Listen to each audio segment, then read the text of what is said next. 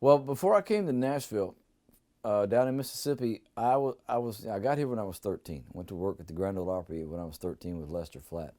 But I pretty well had my homework done by the time I got off the Greyhound bus to step off up here.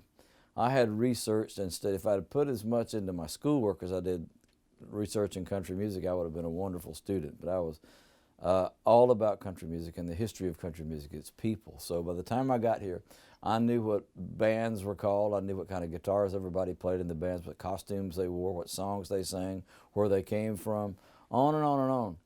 And one of the things, this is in 1972, so during that time, Johnny Cash was on fire. He was just the hottest star on the planet.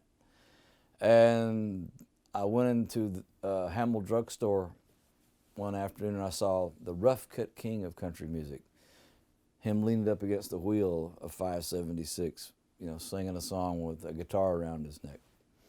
And so when I got to Nashville, one of the first things I wanted to see was that train. And I asked if it still exists. Yeah, it's out in the park in the west part of town. So my friend Roland White carried me out there and I got to touch that train, had my picture made by it. The band I was with, Lester Flatt, he and Mac Wiseman had just recorded a record. They had had their picture made, so it was a part of country music story, this train.